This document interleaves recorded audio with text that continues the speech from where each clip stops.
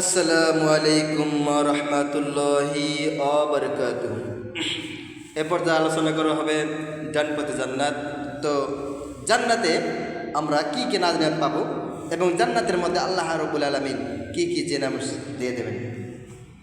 তো প্রসঙ্গে আল্লাহ তাআলা কোরআন আয়াত থেকে শুরু করি।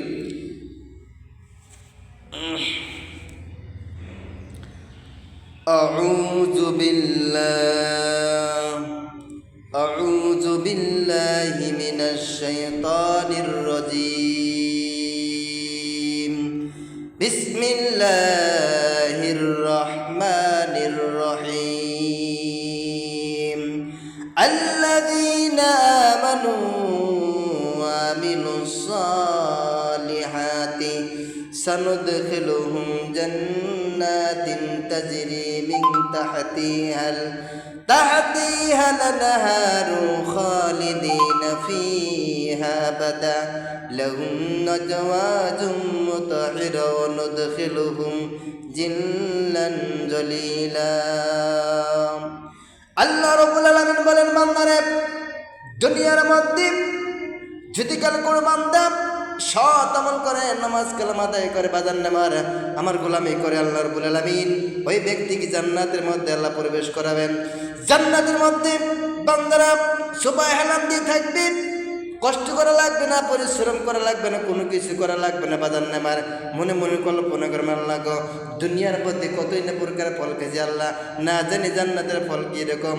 বান্দা মনে মনে কল্পনা করার সঙ্গে সঙ্গে আল্লাহ রাব্বুল আলামিন জান্নাতের ফলগুলো বান্দার মুখের দিক দিয়ে চলে যাবে। বাজার নামার শুধু তাই নয়, এক একটা ফলের মধ্যে কমসে কম 70 প্রকার স্বাদ থাকবে। এক একটা কামড়ের মধ্যে আল্লাহর বল কমসে কম 70 প্রকার স্বাদ আল্লাহ তাআলা দিয়ে দেবেন। যদি কাল 70 প্রকার স্বাদ যদি কাল কোনো বান্দা গ্রহণ করতে চায়, তাহলে 70 প্রকার ফল ভক্ষণ করার পর ওই 70 প্রকার স্বাদ আপনি গ্রহণ করতে পারবেন।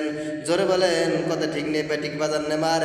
এক একটা ফলের মধ্যে আল্লাহ রাব্বুল আলামিন 70 প্রকার স্বাদ আল্লাহ তাআলা দিয়ে দেবেন জান্নাতের মধ্যে। বাজার নামার গোস্ত ভুনা করা লাগবে না, কোনো কিছুই করা লাগবে না, কষ্ট করা লাগবে না। বাজার নামার মনে মনে কল্পনা করার সঙ্গে সঙ্গে আল্লাহ রাব্বুল আলামিন জান্নাতের পাখিগুলো বান্দার ভুনো হয়ে মুখের দিক দিয়ে চলে যাবে।